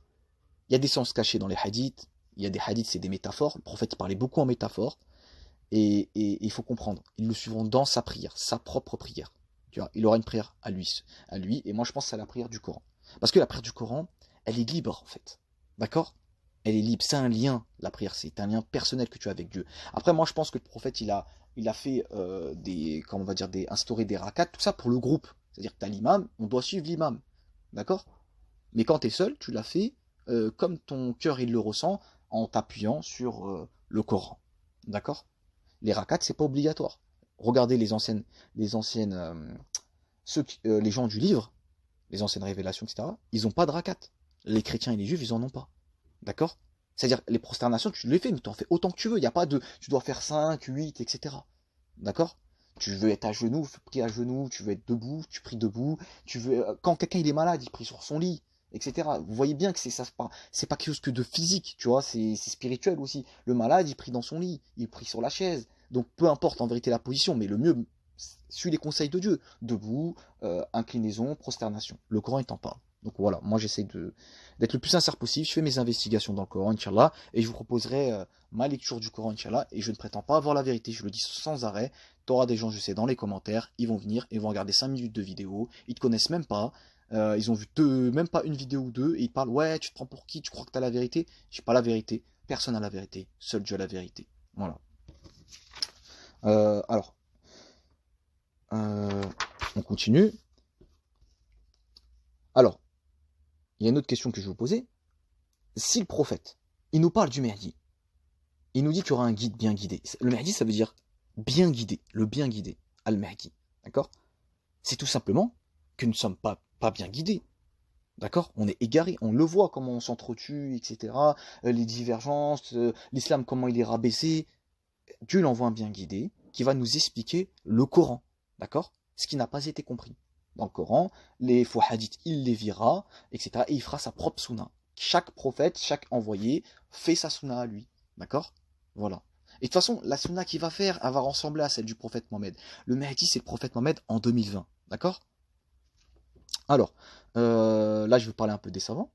Dans les hadiths, le prophète Mohammed, il parle des savants qui appellent à l'enfer. Les savants de la fin des temps qui appellent à l'enfer. D'accord? Moi, je suis pas savant, hein. Attention, moi, je suis personne. Moi, je te parle de ceux qui ont l'autorité. Ils se considèrent comme savants. Les gens les considèrent comme savants. D'accord? Ils passent à la télé. Je te dis, ils appellent à l'enfer. Ok? Le Mahdi va arriver, il va leur mettre 2 claques dans la tête. C'est un réformateur, le Mahdi. C'est un réformateur, je te le dis. Encore une fois, faut que t'entendes. Si t'entends pas que pour toi, le Mahdi, c'est pas un réformateur, pars de ma chaîne. Je ne veux pas de toi. D'accord? Si t'es pas prêt, si t'es content de ton islam actuel, tu peux partir. Ne reste pas. Reste pas sur ma chaîne. D'accord? Alors, il te dit, le prophète Mohammed, il y aura un temps, à la fin des temps, pardon, où il ne restera de l'islam que son nom. Les mosquées seront belles. Les mosquées seront belles et pleines. On le voit le vendredi. Les mosquées sont pleines, les gens ils prient même dans, comment te dire, dans la rue. Mais les cœurs seront laids. C'est ce que j'ai remarqué. Moi, je vais dans les mosquées, je vois que les gens ils sont mauvais. Je le dis tout de suite. Et c'est le prophète qui le dit. En tout cas, c'est dans les hadiths en tout cas. Si le hadith est vrai, moi je suis sûr parce que je le vois, je l'expérimente. J'ai vu des bagarres dans des mosquées, des gens qui sont le visage fermé, chacun c'est chacun pour sa peau, et tout le monde, tu parles de l'islam, tu commences à réfléchir, Harry t'es pas un savant, ils te traitent d'égaré, etc. Ils sont prêts à te taper. L'islam de cité, d'accord? L'islam de l'hypocrisie où toute la plupart des filles, elles sont pas vierges, elles forniquent avec des mecs. Les gars pareil, ils forniquent et après ils disent ils veulent des vierges, d'accord? On fait des halal, au bout de 3 jours, je te répudie. Faut arrêter avec l'hypocrisie, faut arrêter. L'islam de l'apparence que de la barbe dégueulasse, la barbe sale. Depuis quand la barbe ça fait la piété? Moi j'ai pas peur de dire la vérité. Et vous verrez. D'accord? Donc, on continue. Les mosquées seront belles et pleines, mais les cœurs seront laids. La piété y sera absente. Il n'y a pas de piété dans les mosquées. Hormis quelques personnes, la piété n'est pas dans les mosquées. Je le dis clairement. D'accord? Vous entendrez jamais un discours là comme celui que vous êtes en train d'écouter. Je suis pas en train de me vanter, je suis désolé de le dire. Dans les mosquées, tu entendras Harry, Harry, porte les siwak. Harry, Harry, porte la barbe. Harry, Dajjal, Harry, fais la sunna du prophète sallallahu alayhi wa sallam. Comment tu veux évoluer alors qu'à côté il y a des autres problématiques. Les filles elles forniquent, elles savent même pas c'est quoi la fornication. Elles te disent la fornication c'est garder la virginité. Des fois elles te disent bah, parce que ma mère elle m'a dit de garder. Les autres hommes on leur dit rien, ils forniquent comme ils veulent. Ils savent rien. Aujourd'hui c'est l'ignorance c'est totale. La prière c'est mécanique. Je vois des gens ils prient en 2 secondes, en 1 minute, ils restent debout longtemps pour faire de l'ostentation. Ça pense qu'à l'argent. T'as vu un discours sur l'argent? Aux gens ne courez pas après l'argent. Non, parce que les imams et les savants, ils kiffent le fric. Le détournement de l'argent dans les mosquées, l'islam de l'apparence, l'islam du mauvais comportement. On te dit, ouais, le prophète sallallahu mais sans t'expliquer c'est quoi vraiment le mauvais comportement. D'accord? Faut arrêter. Les problématiques d'aujourd'hui, comment les musulmans se marient, les problèmes sur les réseaux sociaux, ils se draguent. Au lieu d'expliquer, voilà, trouver des solutions. D'accord? Non, les discours, ils servent à rien. Je te le dis. D'accord? Je suis pas en train de me vanter, je te dis juste que les discours servent à rien. Ils servent à que dalle. Vous le savez. Au fond de vous-même, vous voulez pas le reconnaître parce que pour eux, oui, non, mais c'est des imams et des savants. Écoute-moi, tout le monde peut être savant. Il n'y a pas de définition de savant dans le Coran. Tu dis savant, c'est celui qui craint Dieu, celui qui étudie. Est-ce qu'avant il y avait des universités d'Azhar? Il y avait ça, les universités là, de Médine et tout, de la Mecque. Il y avait? Non, il n'y avait pas. Il y avait les érudits, les savants, bah, c'était ceux qui méditaient, qui se posaient des questions, qui lisaient le livre. Je suis en train de faire quoi? Je médite, je réfléchis, je lis le livre, je fais... C'est ça. J'essaie de rechercher la sagesse. Mais juste vous voyez que par le statut social. Vous êtes des gens superficiels. Et ce que je dis, vous l'avez pas entendu, je le sais. C'est parce que le discours d'aujourd'hui, c'est des discours qui poussent à devenir bêtes. Parce qu'en vérité, ce que je dis, c'est rien du tout. Je suis pas en train de me vanter. Ce que je dis, c'est rien du tout. Mais le niveau il est tellement bas que ce que tu dis, ce que tu considères comme rien du tout est quelque chose d'extraordinaire. Moi je parle avec le cœur, je le dis, hein. D'accord? Eux ils veulent vous rabaisser, ils veulent vous faire passer pour des abrutis, des ignorants. Non, mais t'as pas le niveau, Harry. Faut arrêter d'être superficiel. Les diplômes font pas la personne. Dieu dit dans le Coran, Sourate 2, verset 269, mon verset préféré, hein, parce que je le répète souvent. Il donne la sagesse à qui il veut. Dieu te dit de la donner à qui il veut. D'accord? Sourate 8, verset 29. Si vous craignez Dieu, il vous accordera le discernement. Je te dis, si tu crains Dieu, il te donne le discernement. Mais qui peut savoir qui craint? Qui peut savoir? Tu lis dans mon cœur? Tu peux pas savoir. Les gens, tu peux pas savoir. Si ça se trouve, celui qui est là, qui a tous les diplômes de savant, ce que tu veux, entre guillemets, bah, il craint pas Allah. Il y a des hypocrites. Mais tu sais pas ça qui craint Dieu. Faut arrêter avec ça. Le Mahdi va venir, il va mettre que des claques. Il va parler avec son cœur. Le Mahdi, il va parler avec son cœur. Et il va mettre que des claques. Dieu lui a donné un grand discernement. Parce qu'il craint Dieu. Si vous craignez Dieu, vous accordera le discernement. Et il n'est pas dans l'apparence. Vous ne le reconnaîtrez pas parce que vous attendez un Mahdi avec une grosse barbe, qui est là, la barbe, le camis. Non, on est en l'an 2020, on s'habille pas comme ça. C'est eux, ils l'ont imaginé de cette manière-là. Le prophète lui-même, il te dit, il portera 2 capes. Kouatani, 2 capes. Avant, ils ne savaient pas comment... ils ne connaissaient pas les jeans, les gabardines, les t-shirts, ça, ils ne connaissaient pas. Ils avaient des tuniques. D'accord? Eux, ils avaient un vêtement, la tunique. Elle descendait comme ça. Ben, nous, aujourd'hui, on a 2 vêtements. Le jean et le t-shirt qui est au-dessus, ou la veste qui est au-dessus. Tu vois, c'est 2 vêtements séparés. Voilà. Alors, je continue alors. Hein. Les mosquées seront belles. La pété sera absente. Je continue le hadith. Les savants seront les pires fakirs sous le ciel. Et c'est d'eux d'où sortiront les troubles. Le prophète, il te dit, paix salut sur lui, c'est d'eux, les savants seront les pires, et c'est d'eux d'où sortiront les troubles. Tu vois? Le prophète, il dénonce les savants et les imams. Si Dieu l'envoie le bien guidé, c'est tout simplement car nous ne sommes pas guidés. D'accord? Ensuite, dans un autre hadith, le prophète, il te dit, quand vos savants apprendront pour gagner des dirhams, quand vos savants apprendront pour gagner du fric. Pourquoi il n'y a pas de discours sur l'argent? Je vous l'ai déjà dit. Il y a le prophète Mohammed, ça c'est dans le film Le Messager, donc un hadith, qui en parle, il te dit, il y a un compagnon, Khalid ibn Walid, il est venu, il a vu le prophète, il était habillé comme les pauvres. Il a eu honte. Lui, il arrive avec de l'or. Il lui a dit, tiens, prophète, mon or, j'ai honte. Excuse-moi d'apparaître devant toi avec des richesses. Le prophète, il a refusé. Et t'as Bilal, il a dit, le prophète préconise l'ascétisme. La richesse n'est pas éternelle. Chez lui, il faisait quasiment rien bouillir dans la marmite. Courez pas après l'argent. T'as déjà vu un savant, il te dit, courez pas après l'argent, l'argent c'est... Non, non. Parce que eux-mêmes, les imams et les savants, ils kiffent l'argent. Bah oui, s'ils commencent à en parler, les gens ils vont dire, mais pourquoi savant, t'es dans la richesse? Tu vois? Donc ils peuvent pas en parler. Et justement, ceux qui sont derrière, ils leur disent de ne pas en parler. Vas-y, allez-y. Moi, je vais faire un discours sur l'argent, Inch'Allah. Je le dis. Tu les as vus faire des discours sur l'argent? Non. La plupart du temps, les gens, ils courent. L'argent, c'est la matérialisation. C'est la personnification, pardon, du diable. L'argent, il a détruit les cœurs. Il a corrompu les cœurs. Les gens, ils peuvent te vendre pour l'argent. Ils peuvent vendre leur famille pour l'argent. On te dit pas, te dit, oh, on peut pas vivre d'amour et d'eau fraîche. J'ai pas dit ça. Tu peux courir après l'argent à partir du moment où tu veux donner à ton prochain. Si ton but c'est ça, et qu'est-ce qu'il va faire le Mahdi? Qu'est-ce qu'il a dit le prophète au sujet du Mahdi? Il a dit, il y aura un homme de ma descendance qui distribuera l'argent sans compter. Lui, il a compris. Hein. Il s'est dit, je vais nourrir le pauvre comme Dieu m'a demandé. Je vais donner l'argent sans compter et je vais gagner ma place au paradis. Je serai avec les meilleurs. Un homme qui n'était pas prophète, qui a atteint le niveau des prophètes. Dans des hadiths, on te dit, les gens ils disent, il sera meilleur qu'Abou Bakr et Omar. Ils ont dit, le prophète, il a dit oui. Ils étaient choqués. Ils ont dit, il sera même meilleur que certains prophètes. Il va atteindre le niveau des prophètes. Un homme normal, qui était comme toi et moi, qui est comme toi et moi, et qui, lui, il a travaillé sur lui. Mais vous voulez pas. Donne sans compter. Donne sans compter. On te demande pas de devenir un pauvre. Hein. Quand on te dit donne sans compter, c'est-à-dire donne. Fais largesse. On te dit dans le Coran, les pieux, c'est ceux qui font largesse. Donne. T'as des exemples. T'avais un homme qui était riche. Je sais plus c'était quoi, il était loin de la religion. Il a su qu'il avait un cancer. Et il est mort. Il a donné tout son argent. Ah bah ouais, dès que tu sais que tu vas mourir, ça y est, il n'y a plus de goût.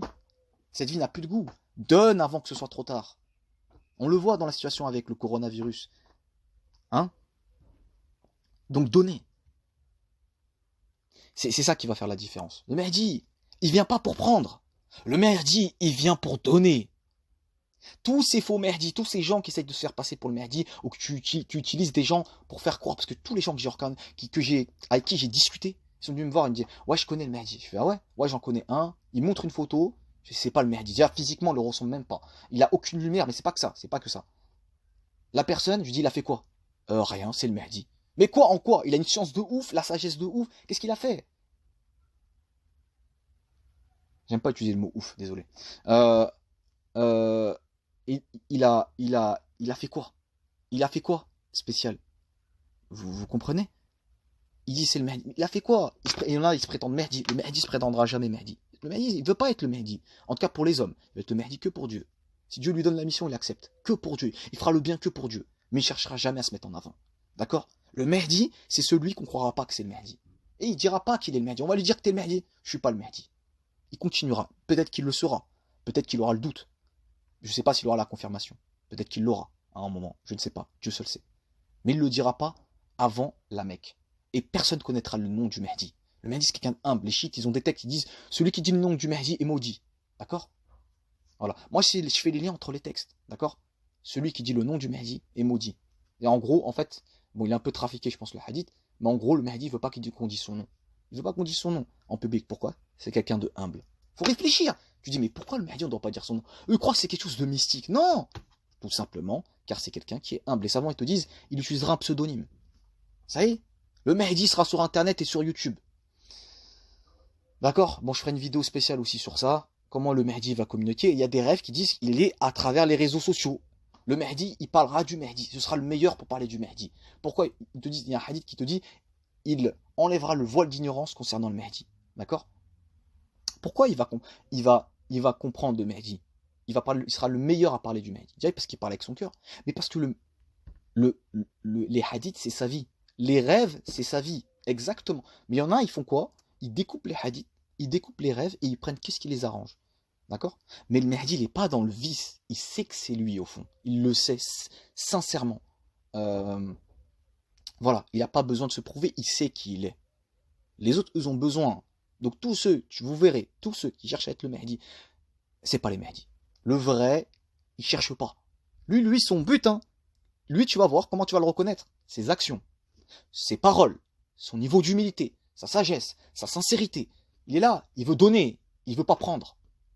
Son courage, tu vas voir des milliers de gens le combattre, il va toujours se relever. D'accord? Alors que eux, dès qu'il y aura quelque chose, ils vont pleurer. Là, tous ceux qui se disent Mehdi, dès qu'il aura vu une épreuve, ils pleurent, ils se sauvent. Ils ont besoin des gens. Lui, le Mehdi se relève tout seul. Il tombe. Il se fait attaquer, il se relève. Il tombe malade, il est malade. Le Mehdi, il est malade, il a des maladies. C'est dit, même dans les rêves, c'est dit. Sur la chaîne de Tony, il te parle. Parce que moi, Tony, il me croyait pas quand je disais que le Mehdi, il était malade. Et là, il a commencé à faire des vidéos en disant, voilà, le Mehdi dans un rêve, il est malade, etc., etc. Il y a des textes qui te parlent de prostration. Prostration, c'est quoi? C'est forme d'abattement physique et psychologique extrême et d'inactivité totale. Et dans d'autres hadiths, on te dit qu'il est malade. Explicitement, on te dit le Mehdi, le Caïm, le Mehdi est malade. J'ai fait le lien avec le Macher qui était malade. Et je le dis, très peu de gens sur YouTube, sans me vanter bien sûr, ont compris que le Macher, c'était le Mehdi. C'est parce qu'il y a deux Macher. Macher ben Yosef, Macher ben David. Le premier, c'est Jésus. Ils ont montré la mauvaise prophétie, ils ont montré les textes sur le Mehdi en fait, le Macher de la fin des temps, le Messie de la fin des temps, le Mehdi qui va avoir toute la terre. Personne n'a eu toute la terre. Et ils ont caché les textes sur Jésus. Voilà. Et même dans les hadiths, on voit que le Mehdi n'est pas inférieur à Jésus. Jésus est derrière le Mehdi, dans les hadiths. D'accord? Et il va gouverner, et c'est pas Jésus qui va prendre sa place, tout de suite. C'est-à-dire que si Jésus est au-dessus du Mehdi, Mehdi se met de côté, et il dit, prends ma place. Jésus dit, non, non, je prends pas ta place. Il va gouverner, et ensuite il va mourir. Et là, il lui succède. Dans le cas où Jésus revient, parce que je ne suis pas sûr qu'il revient. J'ai un doute sur ça. Pas sûr. Donc on continue. Alors, donc on avait dit qu'en vous savant prendre pour gagner des dirhams. Le prophète il dit qu'à un moment, il y aura des vrais califes, quelques califes, véritables. Ensuite il dit il y aura des gourous, des despotes qui vont, qui vont leur succéder. D'accord? Donc là on est dans l'époque des despotes, même depuis plus longtemps. C'est avec les Abbassides et les Omeyyades, il y avait des despotes, hein, croyez-moi. Les Omeyyades, ils se sont entretués, dans leur famille, ils s'entretuent pour le pouvoir. Les Abbassides, ils ont massacré les Omeyyades et ils s'entretuent eux-mêmes pour le pouvoir. Les califes Omeyyades et Abbassides, ils avaient des harems de femmes. Hein. Je sais pas si vous vous rendez compte, c'est des gens pieux ça. Ils ont des centaines et des centaines de femmes. Ils avaient des concubines. D'accord? Ils s'entretuent pour le pouvoir. Ah, je suis désolé, on a cet islam-là. Hein. Ils ont conservé les hadiths qui les arrangeaient. Ça a été trafiqué. Boukhari, c'est 250 ans après, sous le règne des Abbassides. Les Omeyyades, ils ont dirigé, je crois, alors je suis pas sûr, je crois que c'est 170 ans, ou bien 100 ans, je ne sais plus exactement, je crois que c'est... ouais, une centaine d'années, je crois, les Omeyyades. Parce que, ouais, c'est à peu près une centaine d'années qu'ils sont environ. Et les Abbassides, c'est plus de 1000 ans. Et ensuite, c'est les Ottomans. C'était tous des pourris, d'accord?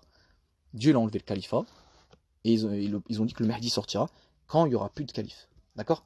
Donc voilà. Alors, ensuite, il y a aussi eu des meurtres sur la famille du prophète. Il y en a peu de gens qui le savent, parce que pas tous, malheureusement, on est dans une époque d'ignorance, tu vois.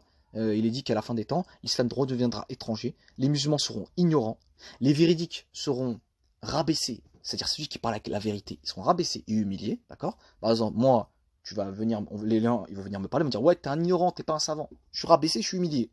L'imam ou le savant qui parle, il te dit, Ari, mon frère, tu dois suivre la sunna du prophète, sallallahu alayhi wa sallam. Ari, t'as pas l'arabe. Ari. Voilà. Le gars, aucun discernement. Il se parle même pas bien français. Il s'exprime mal, il n'a pas d'éloquence. Il fait de la lecture, du par cœur. Moi aussi, je peux faire de la lecture. Je peux te dire, le prophète sallam, il a dit dans son hadith, tatati tatata. Je peux te dire de la lecture, ça c'est trop facile, d'accord? Voilà.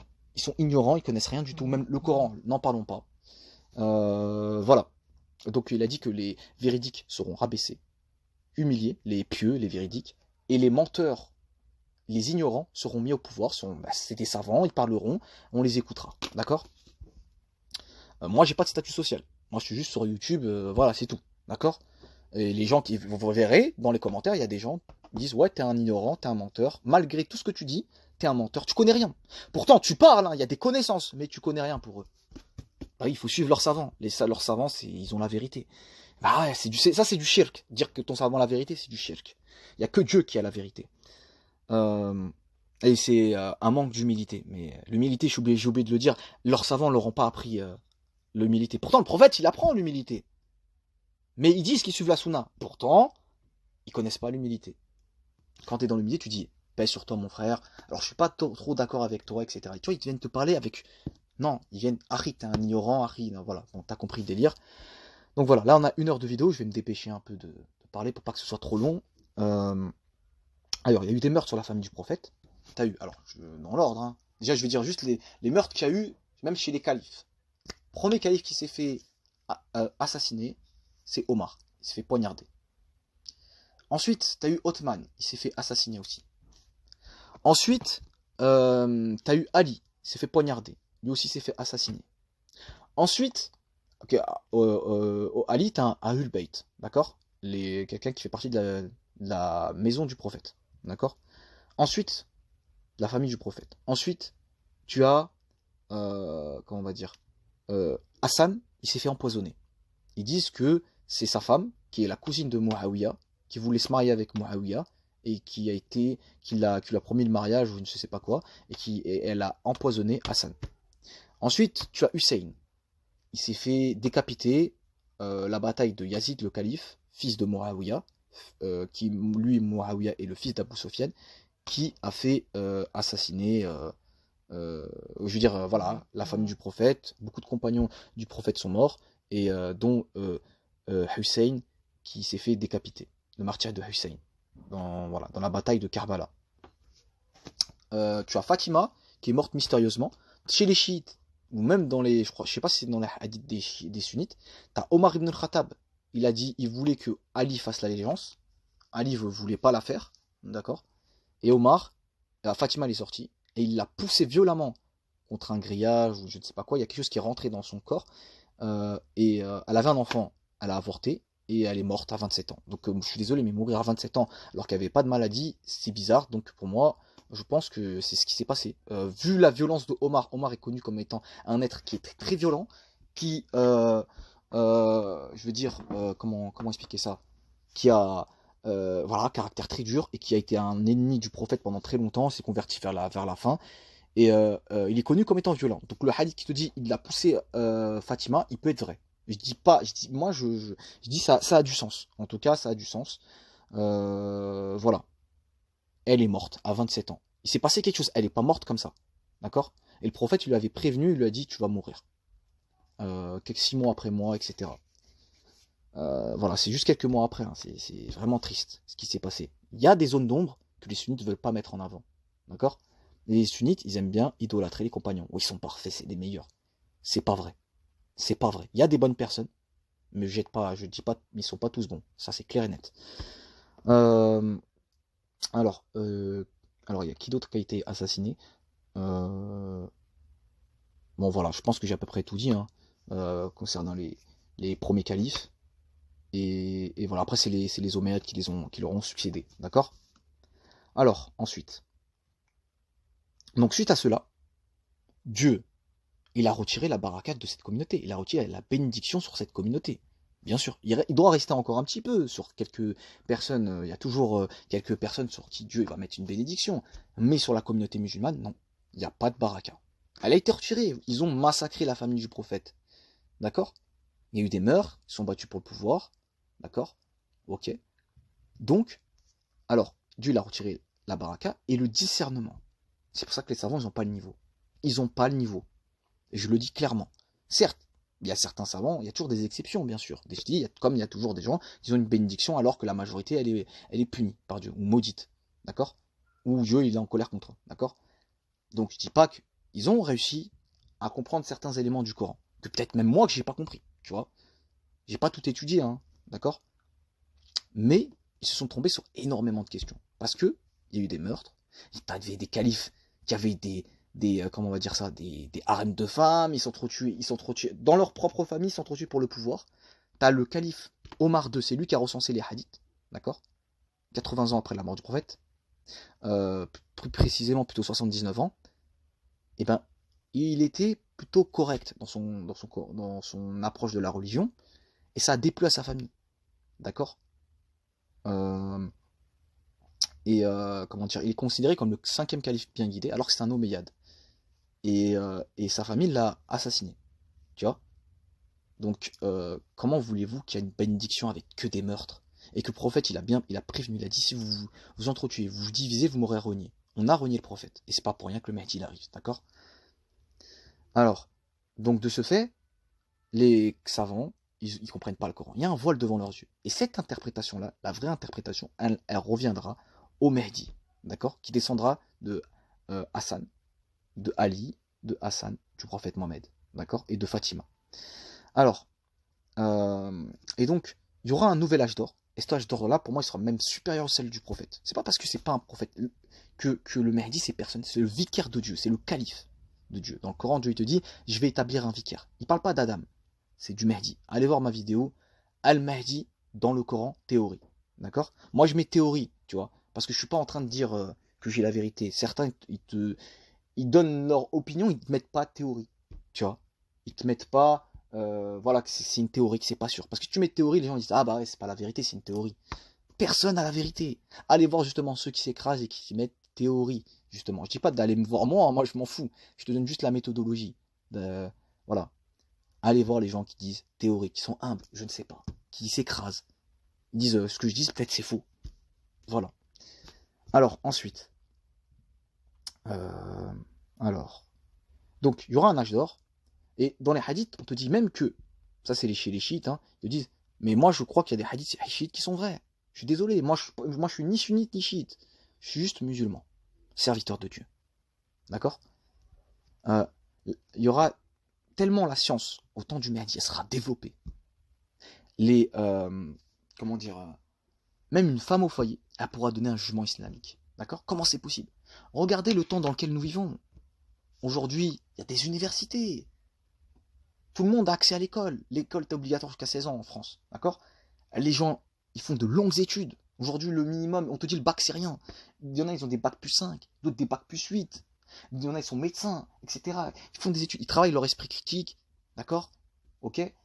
Sur Internet, tu tapes sur ton clavier. En une seconde, tu as tout savoir. Ce qui était impossible à l'époque du prophète Mohammed. Tu devais faire des milliers de kilomètres pour aller trouver un hadith. Là, je tape en une seconde, j'ai le hadith que lui, il aurait fait des milliers de kilomètres. La personne. D'accord? Le savoir, il est diffus. Tu as des bibliothèques.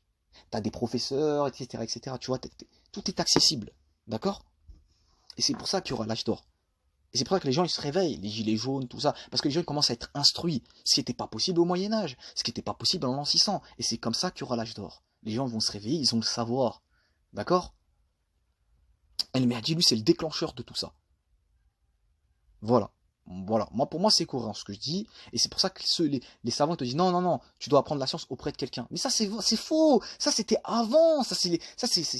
Mais réfléchissez. Ça, c'est la transmission du savoir de cette façon-là. En fait, c'est pour monopoliser le savoir. Pour dire, t'as pas appris auprès de mon chir, t'es pas un savant, on t'écoute pas. Mais c'est faux. Ça, c'était avant, quand il n'y avait pas de bibliothèque, il n'y avait pas d'internet, etc. Les gens, ils étaient obligés d'apprendre auprès de leur maître. Sinon, vous ne pouvez pas apprendre. Tu devais faire des milliers de kilomètres, d'accord? Voilà.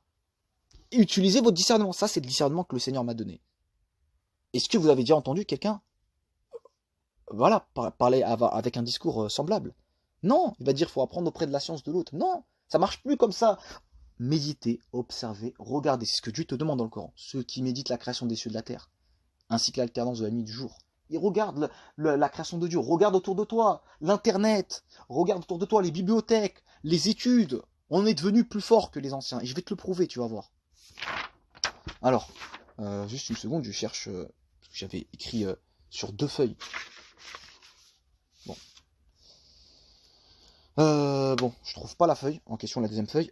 Alors, le prophète Mohammed, il te dit, dans son dernier sermon, il te dit, et transmettez. Et ce hadith, pardon, en question, il est considéré comme mutawatir. C'est-à-dire qu'il a été prononcé par le plus de personnes possible, beaucoup de personnes, tu vois. Donc il te dit qu'il ne peut pas être faux. Il te dit ça. Ok? Il te dit, et transmettez mes paroles de sorte que les derniers comprennent encore mieux que ceux qui m'écoutent directement. Voilà. Le prophète Mohammed, il te dit que on doit transmettre ces paroles de sorte que les derniers comprennent encore mieux que ceux qui m'écoutent directement. Qui l'écoutait directement? Les sahaba, les compagnons du prophète. Et il te dit de transmettre ces paroles de sorte que les derniers ils comprendront encore mieux. Pourquoi? Le prophète, il a de la sagesse. Il sait que l'élève dépasse le maître, tout simplement. Ceux qui arrivent après nous, ils prennent notre savoir, ils ont leur propre savoir, ils le mélangent, ensuite ils transmettent, l'autre il a son propre savoir, il mélange à son savoir. C'est comme ça qu'au niveau de la technologie, on est devenu meilleur que les anciens. Est-ce qu'en 2000, là aujourd'hui, en 2020, on est en niveau de la technologie, ça n'a rien à voir avec 1940, ou 45, ou 1950. D'accord? Et c'est pareil pour les sportifs. Au niveau des performances, juste au niveau du sport, tu as les gens aux 100 mètres, dans les années, par exemple, 60, ou les années 50, juste faire 10 secondes, c'était extraordinaire. Aujourd'hui, le record du monde, il a 9,50 et quelques. D'accord? Alors qu'en est-il du savoir? On a plus de savoir qu'avant, on connaît plus de choses, la science, elle a évolué, etc. Ben, c'est pareil avec la religion. Ceux qui te disent bida, ils n'ont pas compris en fait. D'accord? Si tu viens, tu dis il y a 3 dieux, ben ouais, c'est normal, là tu transformes la religion. Mais il y a des choses qu'on a mal compris. Avant, les anciens, par exemple, juste dans la Bible, pourquoi ils croient que Jésus c'est Dieu? Parce qu'ils n'ont pas compris les métaphores. Ils croient que le Père, ça veut dire le Père au sens physique, c'est son Père. Non, c'est une métaphore, c'est le Père de l'humanité, le Créateur. C'est une métaphore. Comme quand quelqu'un on dit, lui c'est le Père de l'humanité.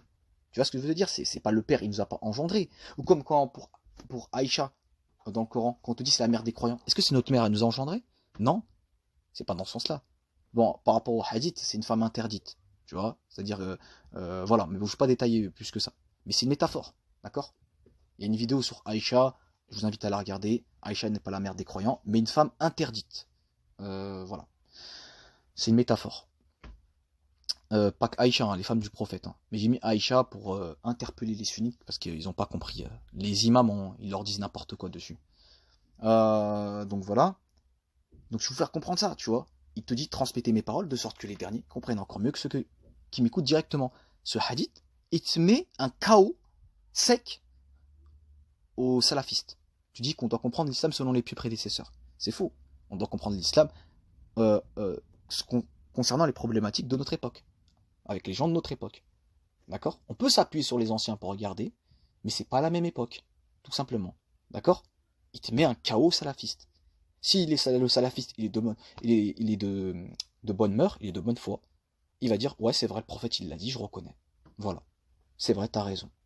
Mais les gens ne sont pas de bonne foi. Ils vont commencer à inventer non mais non c'est pas ça, mais non le savant etc. Le hadith il est clair, transmettez mes paroles de sorte que les derniers comprennent encore mieux que ceux qui m'écoutent directement. Je vous le mettrai dans la vidéo Inch'Allah.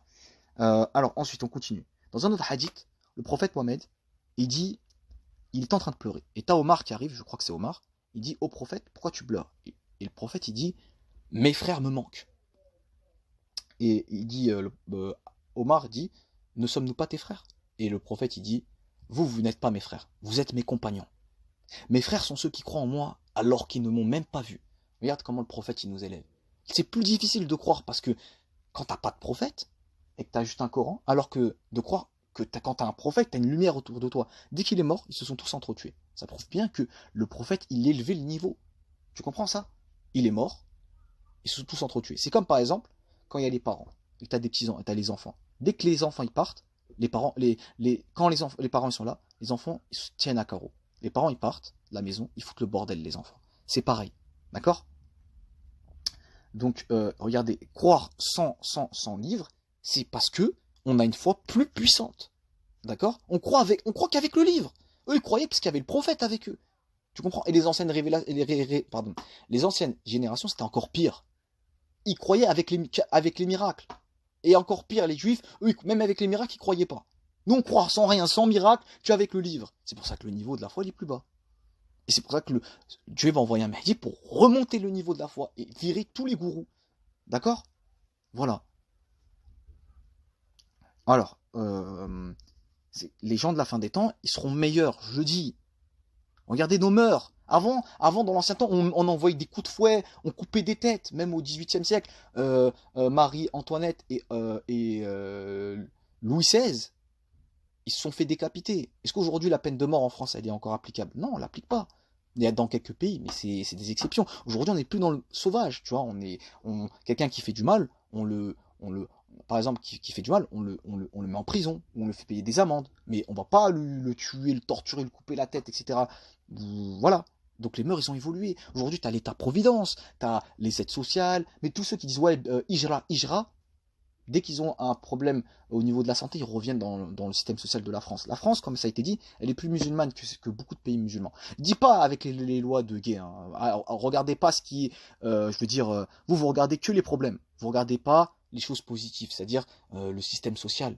Tous les gens, ils viennent en France pour le système social. Les Algériens, les Marocains, les Tunisiens, ils se battent pour venir ici. Parce qu'en Algérie, voilà, il n'y a pas de travail, il n'y a rien, il n'y a pas de bon système. Pareil dans les pays arabes.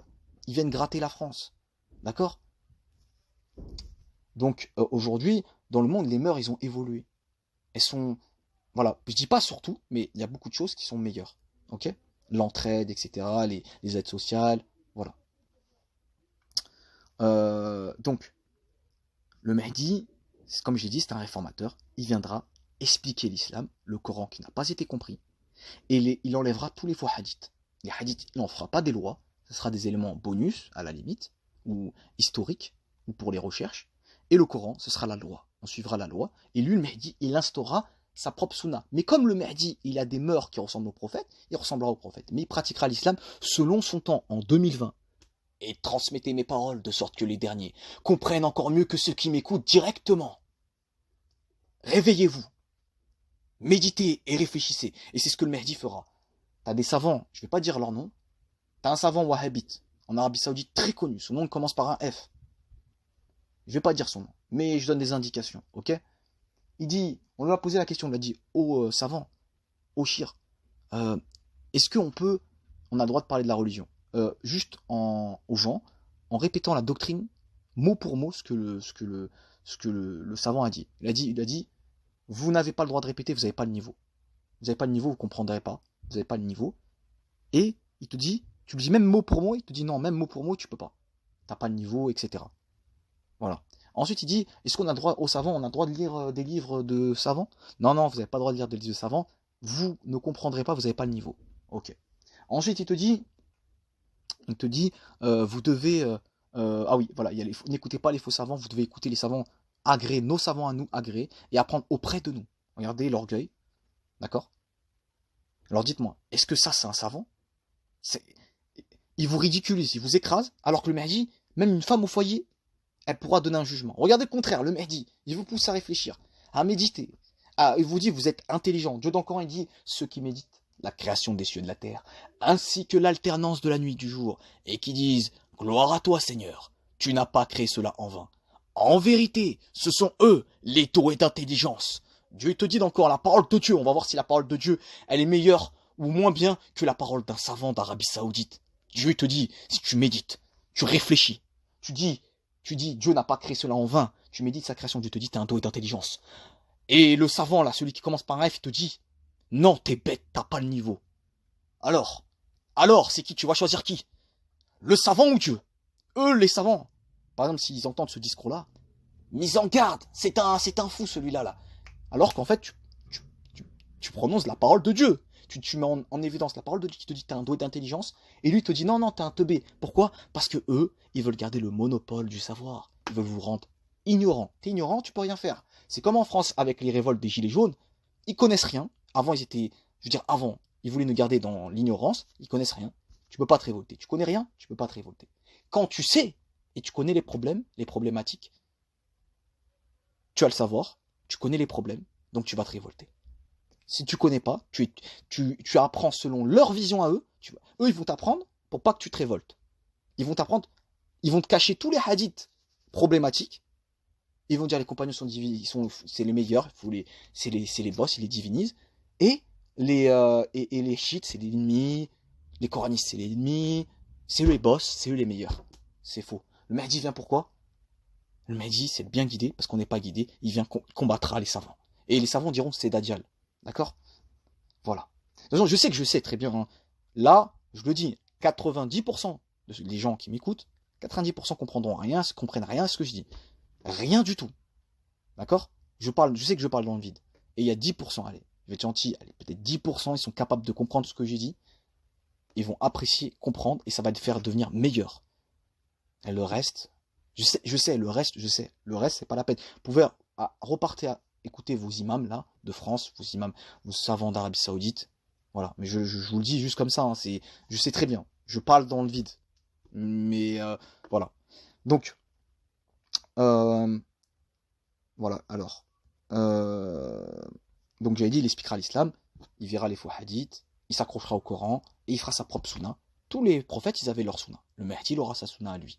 Vous devrez suivre sa sunna. Les musulmans, s'ils le suivront, ils le suivront. Tu vois, dans tout ce qu'il fait. Il y a écrit dans le hadith, dans tout ce qu'il fait. D'accord? Ils vont suivre sa sunna, sa tradition. D'accord? Sa sagesse, etc. Ses conseils. Donc la sunna du prophète, elle sera plus trop suivie. Parce qu'on suivra la sunna, en fait, du Mahdi, qui pratique en 2020. D'accord? Mais en vérité, comme le Mahdi, il a des mœurs de prophète, et il a les mœurs du prophète Mohammed et de tous les autres prophètes avant, ben, il ressemblera au prophète Mohammed, donc il y aura des ressemblances. Mais on va pratiquer l'islam selon 2020 et la compréhension que Dieu va mettre dans le cœur du Mahdi. Voilà. Et donc en cela, il est un réformateur, il va vous faire comprendre ce que les musulmans n'ont pas fait comprendre. Je vais vous donner des exemples. Hein. Par exemple, t'as la barbe, c'est pas une obligation. T'as même l'école Shafi'ite, les grandes postures de l'école Shafi'ite. Je parle pas de l'imam Shafi. Je parle des grandes postures de l'école Shafi'ite. Beaucoup de savants, ils ont dit, la barbe, c'est pas obligatoire. Tu peux la raser. Il n'y a pas de souci. La raccourcir ou la raser. Depuis quand la barbe, ça fait la piété. Dieu dans le Coran, il te dit, le hijab, c'est pas la piété, ni la barbe. Regarde, Dieu te dit quoi dans le Coran? Ceux qui sont endurants, dans la pauvreté, dans la maladie, lorsque les combats font rage, les voilà, les vrais pieux. Dieu ne te dit pas la barbe ou le hijab, ça fait le vrai pieux. Il te dit la vraie piété, elle est dans l'endurance des épreuves. D'accord? Et tous ceux qui ont une faible foi, ils n'ont pas d'épreuves. Ils sont juste dans la barbe et le hijab. Ou alors, ils croient qu'ils ont des épreuves alors que c'est des petites difficultés de rien du tout que tout le monde rencontre. Une épreuve, t'es à la limite, limite tu veux te suicider. Tu t'en as marre, t'arrives plus, tu craques. D'accord? C'est une souffrance, l'épreuve. C'est une très très grande souffrance. C'est pas, il y en a beaucoup, ils ont rien du tout dans leur vie. Oh, ma copine, elle m'a quitté. J'ai raté mon examen. C'est rien du tout, ça, c'est des petites difficultés. Tu me dis des grandes épreuves, c'est des épreuves, des vraies épreuves, c'est t'as une grosse maladie. Tu peux rien faire de ta vie à cause de ta maladie. T'es handicapé. Je sais pas, t'es rejeté de tout le monde, on t'a fait une calomnie mondiale. T'es en prison pour une injustice que. Tu vois ce que je veux te dire? C'est ça. Voilà. Toute ta famille s'est fait tuer, etc. Voilà. Tu te retrouves à la rue, t'es pauvre. Bon, voilà. Donc, il y aura une réforme. J'ai fait une vidéo sur les djinns, la position n'existe pas. Le hijab sur les cheveux, ça n'existe pas. Dans le Coran, allez voir, Sourate 24, verset 31. C'est un voile sur les poitrines. Sourate 33, verset 59. Rabat sur elle, ça renvoie le corps en fait. Je dévoile pas plus que ça. Inch'Allah, un jour, je ferai la vidéo sur le hijab. Le voile, c'est pas obligatoire. Regardez, dans les années 80-90, quasiment aucune fille en France, début des années 2000, aucune fille portait le voile. C'est après 2001 avec les attentats. Ensuite, YouTube, Internet qui s'est démocratisé, les gens ils ont commencé à regarder les prêches d'Arabie Saoudite. Le wahhabisme, il vient d'Europe et c'est le prince Salman, il te dit lui-même que le wahhabisme, il a voulu s'en débarrasser, il est venu d'Europe et après l'Arabie Saoudite a propagé ce wahhabisme dans les pays de la France. C'est pour ça qu'après en 2002, 2003, 2004, tu as eu des femmes qui sont commencées à se voiler et tu as eu les lois contre le voile. Ensuite, 2010, hijab fashion qui arrive, toutes les filles sont contentes parce qu'elles peuvent être belles et porter le voile, belle et pudique. Tu vois, soi-disant, ne confondez pas la pudeur et la beauté. La pudeur, c'est ce qui renvoie à ce qui est de nature sexuelle. Et la beauté, c'est halal. Dieu aime la beauté. Comment tu veux te marier si tu te fais pas belle, d'accord? Le voile qui est porté sur les cheveux, c'est un voile pour se protéger du soleil. Les musulmans hommes, ils portent le hijab eux aussi, d'accord? Il y aura une vidéo spéciale. Allez voir les Arabes, les Saoudiens, ils portent le hijab, les chiites, ils portent le turban, etc. Ils savent pas pourquoi. Alors qu'en fait, à la base, c'était pour se cacher du soleil. Si les hommes ils se cachent les cheveux du soleil, parce qu'il fait, je veux dire, la tête avec une parure sur la tête, avec un turban ou un voile, c'est tout simplement parce que il faisait chaud. L'Arabie Saoudite comporte un désert. Il y a des chameaux, des créatures du désert qui résistent à la chaleur. Ok, mais je ne vais pas développer plus que ça. Si les hommes ils se cachent la tête, les femmes aussi le faisaient. Elles le faisaient. Le hijab il tombait sur leur dos. Et Dieu a demandé de rabattre le hijab qui tombe sur le dos, qui était déjà porté sur la tête, c'est-à-dire c'est pré-islamique, il était déjà porté, il tombe, et de rabattre ce hijab qui tombe sur le dos et qui est porté sur la tête, alors vers les épaules, et en passant des deux côtés, comme une cape, tu vois, c'est une cape limite, elle porte sur la tête et le hijab il tombe sur le dos, tu rabats ta cape, tu vois, du dos là, côté droit, côté gauche, des deux côtés, vers la poitrine, ça cache le cou et la poitrine. Du coup, c'est pour ça que les savants ils croient qu'on doit cacher le cou, d'accord? Mais je développerai tout ça, Inch'Allah, avec les preuves que le hijab sur la tête, c'est pas obligatoire, c'est une invention, c'est lié à un contexte. Par contre, l'obligation, c'est cacher la poitrine. Dieu dans le Coran te le dit, S24, Surat Al-Nur, verset 31, et S33, la Surat Al-Azab, verset 59. Ouais, c'est ça. Voilà. Donc, voilà. Comme je l'ai dit, je veux pas de polémique sur le voile, s'il vous plaît. Tous ceux qui me parlent de hijab, je répondrai pas. Voilà, j'ai des problèmes personnels à côté, des problèmes, des soucis de santé. Je suis très épuisé, vous savez, j'essaye de répondre aux commentaires autant que je peux, d'accord. Mais ça, voilà, voilà, ça me fatigue. Juste écrire un commentaire, je suis tellement épuisé que ça me fatigue, d'accord. Donc, je répondrai que aux commentaires les plus intéressants. Les commentaires qui ne servent à rien, qui sont là que pour polémiquer, je les garde. Soit je les garde pas, si tu m'insultes, je le supprime. Si ils servent à rien, bah je calcule pas. Voilà. Et je remercie aux gens qui postent des commentaires, ça fait plaisir, des commentaires d'encouragement, voilà, qui comprennent ce que je dis, etc. Je vous remercie, que Dieu vous bénisse, mes frères et mes sœurs. Alors, alors je retrouve ma feuille. Donc, alors, il y a écrit dans les hadiths que les musulmans à la fin des temps, ils suivront des traditions. Donc comme je dis tout à l'heure, sunna ça veut dire loi, tradition et cheminement. D'accord? Donc on suit la tradition du prophète. Ils suivent des traditions. Sachant que les hadiths, ils ont interdit par les hadiths, ils ont été interdits par le prophète Mohammed. D'accord? À l'écrit, etc. Il y a une vidéo où je ai mis toutes les preuves. C'est le coraniste n'est pas un apostat. D'accord? Je vous invite à aller la regarder. Ensuite, le Mahdi, il combattra les faux savants qui ont fait de l'islam un commerce et qui cherchent la notoriété. D'accord? Voilà. C'est pas des vrais savants. Et tu as même un hadith qui dit il y aura un savant qui, le jour du jugement, il va dire oh Dieu, j'ai appris pour toi. Et Dieu va lui dire non, tu n'as pas appris pour moi, tu as appris pour plaire aux gens, pour les gens. Je t'ai donné ta récompense, tu as eu ta notoriété, emmenez cet homme en enfer, tu vois. Donc, faut arrêter de regarder, comme je l'ai déjà dit plusieurs fois, l'apparence, la forme, c'est-à-dire le statut social, d'accord? Parce que celui que vous pensez être un savant, parce qu'il a des diplômes, il a fait des livres, il a écrit des livres, etc., il est reconnu à la télé, et peut-être un ignorant auprès de Dieu, ou même un hypocrite, d'accord?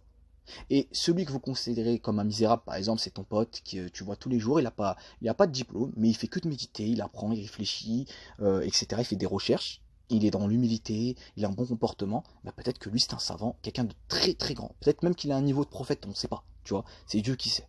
C'est lui qui connaît le contenu des poitrines, alors jugez pas. Voilà. Voilà, donc et je vais revenir sur ce que le Mahdi va essayer de réformer. Par exemple, je donne quelques petits exemples, hein, je vais pas tout dire, parce que la vidéo elle est super longue. L'islam, il combattra l'islam de l'apparence, il combattra les superstitions, d'accord, la fausse roca, qui n'existe pas, la roca, ça vient de la sorcellerie. T'as le prophète Mohammed, il te dit, il y aura 66 000 personnes qui entreront au paradis sans jugement, d'accord. Et il te dit, c'est ceux qui ne croient pas aux superstitions, ceux qui ne font pas roca, et ceux qui placent leur confiance en leur Seigneur. Le prophète Mohammed, il a mis dans ce hadith 3 choses qui ont des liens, d'accord. Il te dit, c'est en rapport avec la confiance, d'accord. Les gens, par exemple, qui n'ont pas trop confiance en Dieu, ils s'accrochent à des superstitions, d'accord. Par exemple, il y a un chat qui va passer, un chat noir, il va dire, oh là là, je vais avoir le malheur. Ah, lui m'a regardé, c'est du mauvais œil. Tu vois, il croit aux superstitions. Le mauvais œil, ça n'existe pas. Ça aussi, ça sera combattu par le Mahdi. Il faut ramener des preuves coraniques. Tu ramènes les preuves coraniques, mais du béton armé. Genre le verset coranique, il est, tu peux pas le réfuter. Il est vraiment, voilà, tu le vois sans interprétation. Là, je te dirais, je suis d'accord, je me suis trompé. Ok. Donc, qu'est-ce que je disais? Il a les superstitions, etc. Les gens s'accrochent aux superstitions. Ensuite, il a mis la roca avec les superstitions. Il a dit c'est ceux qui ne demandent pas roca. Pardon, je dis pas ceux qui font pas roca, ceux qui ne demandent pas roca. Donc c'est ceux qui ne la font pas, quoi. En gros, pour moi, c'est ceux qui ne la font pas. D'accord? La roca. Et la roca, on sait qu'avant, c'était des pratiques qui sont liées à la sorcellerie. T'es là, tu craches. Tu craches 3 fois, tu mets sur ton visage, tu récites le Coran, tu craches sur l'eau, après tu bois l'eau, après il y en a, ils ont fait un commerce de la roca, il y en a, ils payent des trucs, des rakis là, à 50 euros, il y a un business sur ça, des fausses possessions, tout ça c'est faux, croyez-moi. Le Mahdi vient enlever les superstitions. Le prophète il a dit dans le hadith, les musulmans suivront des superstitions à la fin des temps, d'accord? Voilà. Donc voilà, je pense que j'ai tout dit. Ça fait 1 heure et demie que j'ai parlé. Voilà, j'ai essayé de faire une vidéo du mieux possible. Hein. J'ai lu mes arguments que j'avais sur ma feuille. Ça fait plaisir, ça fait du bien de d'avoir des arguments parce que la plupart du temps, la moitié du temps, on va dire, la plupart du temps, j'ai comment dire, c'est un peu du freestyle, c'est-à-dire je développe, je donne mes arguments sans les avoir préparés. C'est-à-dire voilà. Et donc voilà, je pense que j'ai dit à peu près l'essentiel. J'espère que la vidéo vous aura plu, Inch'Allah, et je souhaite que vous la regardiez en entier. Je sais qu'1 heure et demie c'est un peu long. Essayez de la regarder en plusieurs fois, si, voilà, vous faites comme vous voulez. Et je vous remercie d'avoir regardé, mes frères et sœurs. Et je vous dis à la prochaine. Ah oui, j'avais oublié de vous dire, passez un bon ramadan. Je vous souhaite un bon ramadan. Et Inch'Allah, peut-être qu'il y aura une vidéo sur le ramadan, Inch'Allah. Voilà. Je vous souhaite une bonne fin de journée. Je pense que je vais la poster aujourd'hui. Aujourd'hui, on est quel jour? On est samedi, je crois. Si je me trompe pas, alors je vais vérifier. Oui. Alors, on est vendredi. Vendredi. J'ai perdu la notion du temps à cause du confinement. Désolé. Donc voilà, je vous souhaite un bon vendredi. Et voilà, je vous dis à la prochaine. Paix sur vous. Salam alaikum.